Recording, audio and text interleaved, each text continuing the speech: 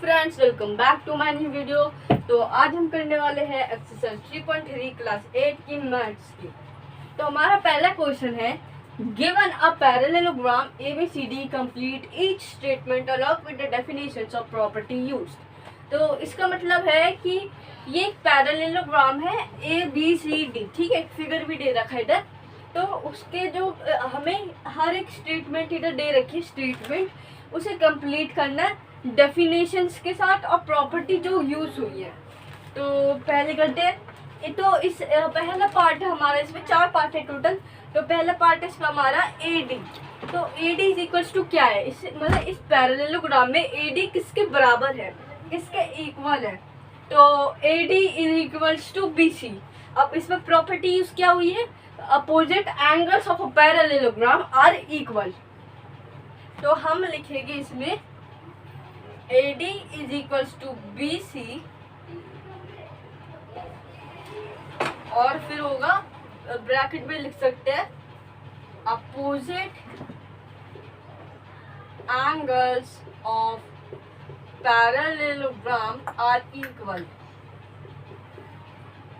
फिर angle DCB। तो angle DCB हमारा जो है वो है ये, ठीक है। और DCB मतलब बीच में C है, तो इधर ये वाले पॉइंट में एंगल है, ठीक है, ये वाले पॉइंट में। तो DCB और किसके बराबर है, तो ये किसके बराबर होगा एंगल DCB।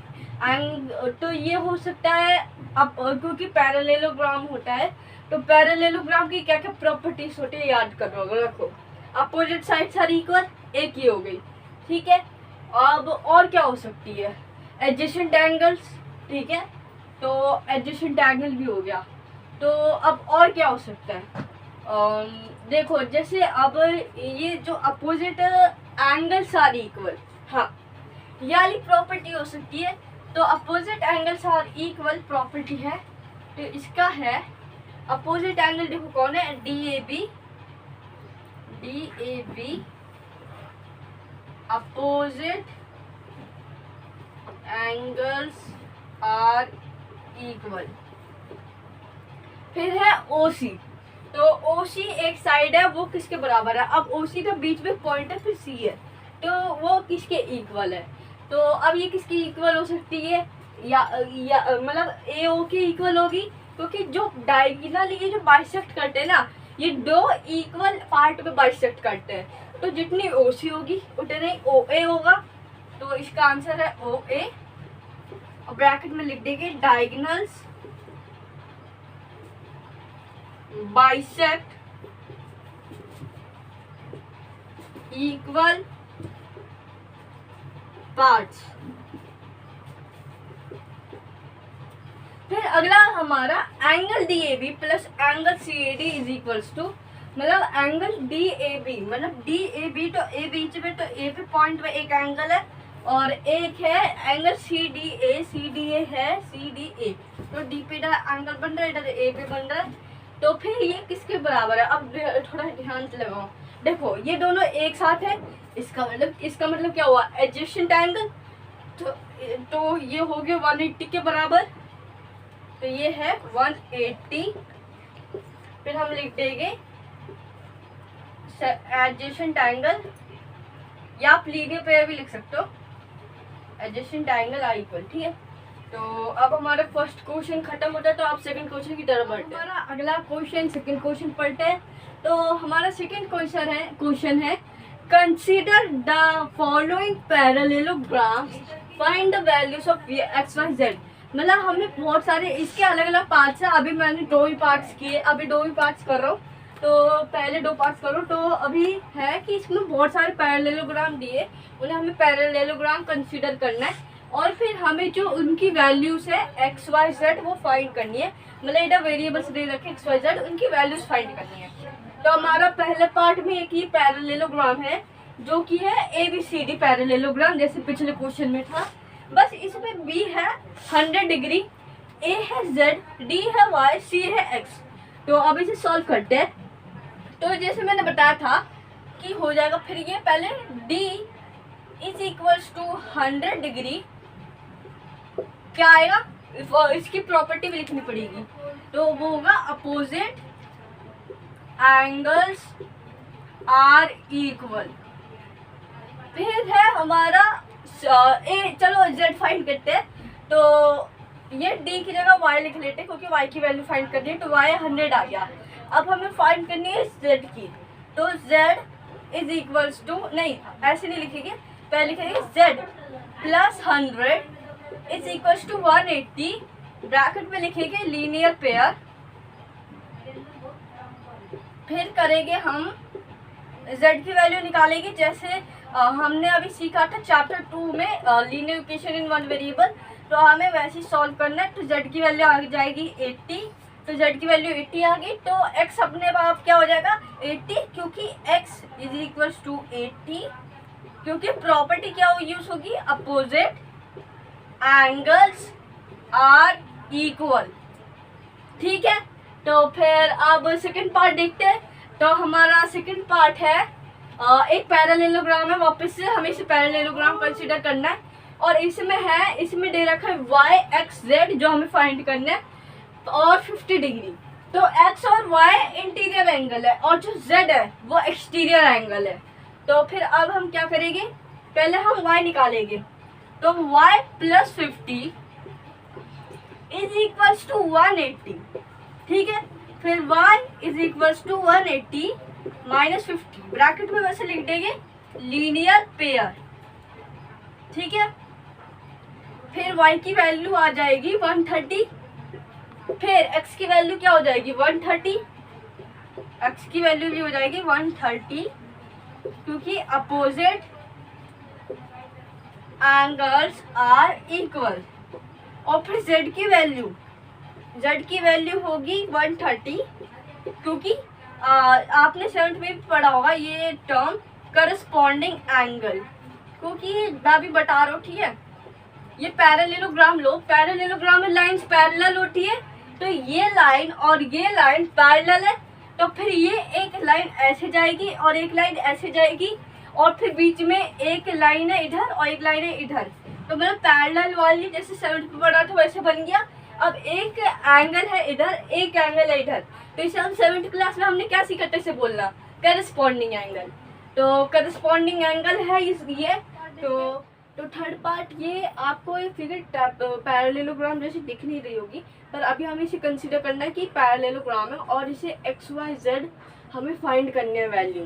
तो अब आप इस फिगर को ध्यान से ऑब्जर्व करो। अब इस फिगर में क्या है कि ये जो एक्स है, एक्स के मतलब एक्स के एकदम पीछे ही 90 डिग्री है। तो ये क्या होगा, वर्टिकली अपोजिट एंगल। तो एक्स की वैल्यू निकल जाएगी x is equal to 90 degree vertically opposite angle. फिर आगे देखेंगे तो अब एक इधर एक ट्रायंगल की तरह फॉर्म हो रहा है, राइट एंगल ट्रायंगल की तरह, जिसमें 30 डिग्री है, x है और y है। ठीक है। तो अब जब तीनों एंगल्स को प्लस करते हैं, सम करते हैं, तो आता है 180। और किस प्रॉपर्टी की वजह से, एंगल सम प्रॉपर्टी ASP की वजह से।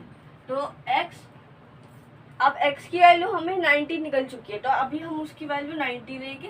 तो 90 plus y plus 30 is equals to 180, bracket में हम लिख देंगे ASP एंगल सम प्रॉपर्टी। तो फिर 90 प्लस y प्लस 30, 90 प्लस 30 होगा 120 plus y is equals to 180, y is equals to 180 minus 120, y is equals to 60 degree. तो हमारी 60 डिग्री निकल चुकी है y की वैल्यू। तो अब हमें निकालनी है z की वैल्यू। z और y की वैल्यू में जो है ये z और y इक्वल है, क्योंकि z is equals to y is equals to 60 degree, क्योंकि अल्टरनेट एंगल की वजह से, अल्टरनेट एंगल। ठीक है। फिर अब फोर्थ क्वेश्चन की तरफ बढ़ते हैं। फोर्थ क्वेश्चन एक पैरेललोग्राम वापस है। तो इसमें एक्स वाई जेड फाइंड करना और एक जो जेड है वो एक्सटीरियर एंगल में, बाकी सब इंटीरियर एंगल में, और एक 80 डिग्री दे रखा है। तो हम इसमें क्या करेंगे, पहले लिख लेंगे z is equals to 80 degree, क्योंकि करस्पॉन्डिंग एंगल। ठीक है, करस्पॉन्डिंग एंगल। फिर हम लिखेंगे x इज इक्वल्स टू, अब इसमें और ध्यान से ऑब्जर्व करो क्या इसमें x की क्या क्या रिलेशन में आ रहा है जिसकी वजह से उसकी हम वैल्यू फाइंड कर सके। मैं बता देता हूँ। तो x प्लस मतलब x plus 80 is equals to 180। और प्रॉपर्टी क्या यूज होगी, sum of adjacent angle is equals to supplementary या 180 दोनों लिख सकते हो। सप्लीमेंट्री लिख लोगे तो वो प्रॉपर्टी होती है पूरी, सप्लीमेंट्री लिख लेना। तो फिर x की वैल्यू निकालेंगे जैसे लीनियर इक्वेशन में करते थे, वो x is equals to 180 minus 80, x is equals to 100 degree. तो x की वैल्यू आ गई 100 डिग्री। x और z की वैल्यू निकल चुकी है, अब y की वैल्यू निकालनी है। तो y भी ऐसे निकलेगा। तो जो y है अब उसे ध्यान से ऑब्जर्व करो y कैसे निकल रहा है। चलो टाइम देता हूँ, ध्यान से ऑब्जर्व करो।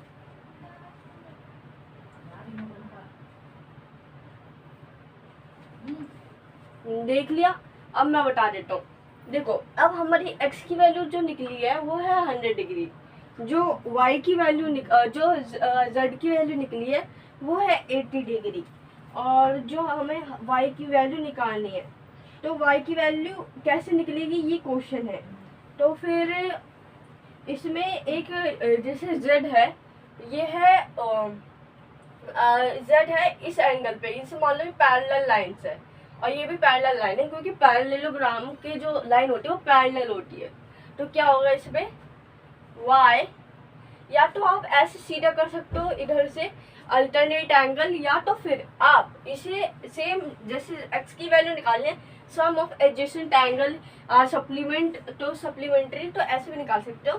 तो मैं ऐसे कर रहा हूँ x y प्लस, अब नीचे x है तो x की वैल्यू हमें निकली थी 100 इज इक्वल टू 180, और वही प्रॉपर्टी लिख लेंगे sum of adjacent angles is equal to supplementary. फिर y is equal to 180 minus 100, तो y इज इक्वल टू 80। तो y की वैल्यू आ चुकी है 80। तो अब हम अगली क्वेश्चन की, अब हमारा अगला क्वेश्चन है फिफ्थ पार्ट। तो ये इस क्वेश्चन सेकंड क्वेश्चन का आखिरी पार्ट है। तो जल्दी से सॉल्व करते हैं फिर अगले क्वेश्चन की तरफ बढ़ेंगे। तो ये क्वेश्चन में है एक पैरेललोग्राम वापस दे रखा है क्योंकि पैरेललोग्राम का क्वेश्चन है। तो पहले हमें एक्स जेड की वाई जेड की वैल्यू फाइंड करनी है। एंगल्स दे रखे 112 डिग्री और 40 डिग्री। अब देखो जब भी आपको इसमें कंफ्यूजन होती है ना तो पैरेलल लाइंस, जैसे पैरेललोग्राम है तो इसे पैरेलल लाइंस बना दिया करो जैसे सेवंथ में हमने पढ़ा था। तो अगर हम इसे ऐसे बनाएंगे तो एक एंगल इधर है 112 और एक एंगल वो इधर है y। तो ये कुछ आपको देखा देखा से नहीं लग रहा, मैं बताता हूँ। ये है अल्टरनेट एंगल, तो y is equals to 112 degree alternate angle, ठीक है, ऑल्टरनेट एंगल। तो अब y की वैल्यू निकल चुकी है। तो अब आप देखोगे इधर एक जो डायगोनल बाइसेक्ट कर रही थी तो इधर एक ट्राइंगल बन रहा है। तो ये ट्राइंगल में हमें y की वैल्यू पता चल चुकी है 40 डिग्री पहले से, और x की वैल्यू पता नहीं है। तो x हम कैसे निकालेंगे ASP से, तो x plus 112 plus 48 is equal to 180। फिर क्या लिखेंगे ASP एंगल सम प्रॉपर्टी, फिर x प्लस, अब इन दोनों को प्लस कर देंगे तो 120 160, इधर 48 नहीं 48 क्योंकि इधर 40 दे रखा है, तो फिर 160 नहीं होगा, तो ये होगा 152। तो इज इक्वल टू 180, फिर x is equal to 180 minus 152, x is equal to 128 degree, ठीक है। तो x की वैल्यू निकल गया। अब z की वैल्यू निकालनी है, तो z भी क्या है अल्टरनेट एंगल है x का, तो z is equal to x is equal to 28 degree, और हम ब्रैकेट में लिख देंगे अल्टरनेट एंगल, ठीक है, तो अब हमारा इसी के साथ फिफ्थ पार्ट भी खत्म होता है। तो अब हम अब हम हमारे थर्ड क्वेश्चन है कि क्या है ना, quadrilateral ABCD be a parallelogram if, हमें जो सारे क्वेश्चन दे रखे हैं। तो पहले हम एक क्वाड्रिलेटरल पैरेललोग्राम बना लेते हैं, जो कि है एक फिगर बना लेते हैं आसानी के लिए, जो कि है ABCD। तो ABCD, ठीक है। तो अब हमारा फर्स्ट पार्ट है angle D plus angle B equal to 180। मतलब ये और इसको एंगल D और एंगल B को प्लस करने पे आएगा 180। अब देखो ये हो भी सकता है या नहीं भी हो सकता है, क्योंकि जो एंगल D और एंगल B है ना, उनका सम होता, मतलब वो जो उनका सम ये गिवन नहीं होता, बस इतना बताया जाता है कि opposites angle are always equal. तो ये दोनों इक्वल हो गए, तो अगर ये दोनों 90 हो गए तो फिर 180 हो सकता है, पर ऐसे जरूरी नहीं है, क्योंकि ये 60 भी हो सकता है तो 120 हो सकता है। तो इसका आंसर हम लिख लेंगे can be but not need. ठीक है, तो अब सेकेंड पार्ट जाते हैं। तो सेकेंड पार्ट हमारा AB is equal to DC और is equal to 8 centimetre, 8 is equal to 4, मतलब AB और DC 8 सेंटीमीटर है दोनों।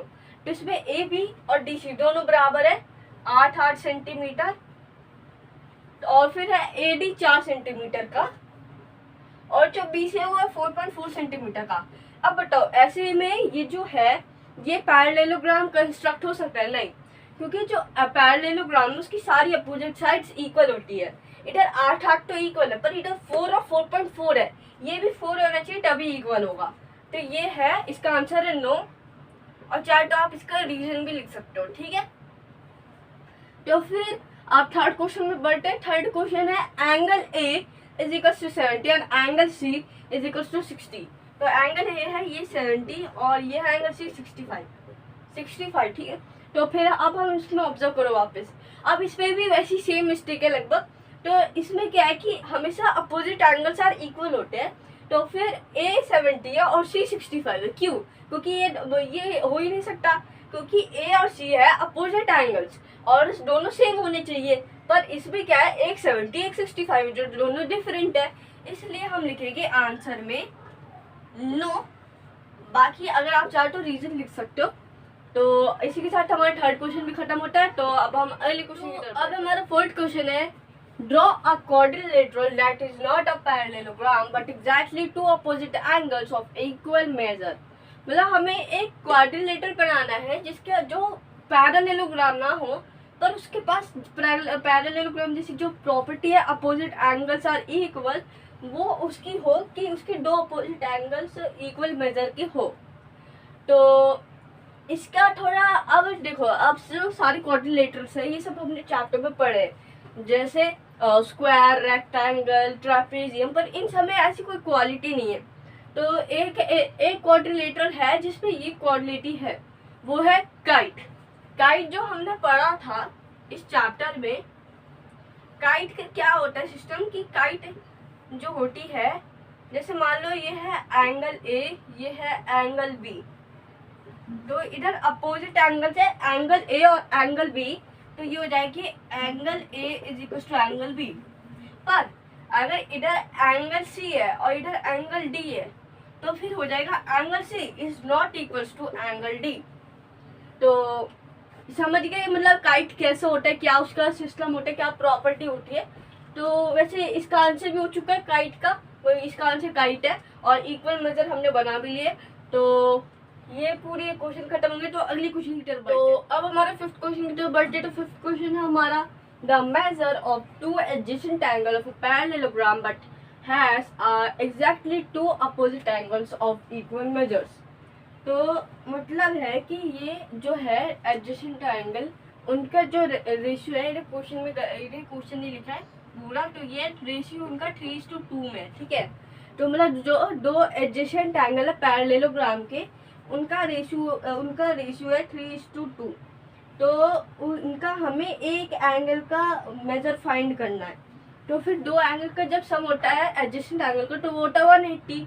तो हम क्या करेंगे, तो 3/5, क्योंकि रेशियो से निकालना है ना, तो 3 + 2 क्या होता है 5, तो 3/5 × 180। तो अब हम 5 से इसको डिवाइड कर देंगे, तो 5 से कितनी बार में जाएगा 3, 15, फिर 36, तो 3 × 36 क्या होता है 108। तो हमारा पहला आ गया 108। अब दूसरा 2/5 लिखेंगे, क्योंकि अभी हमें वो दूसरा वाला 3:2 में, एक 3 का हमने निकाला, अब 2 का निकालना है। तो इंटू 180, 5 इधर से कटा, इधर 36, अभी इधर हो जाएगा 72 डिग्री। तो इसी के साथ हमारा 5th क्वेश्चन खत्म होता है। तो आज की वीडियो के लिए बस इतना ही। Thank you for watching. If you like this video please share, subscribe and like this video. Bye bye.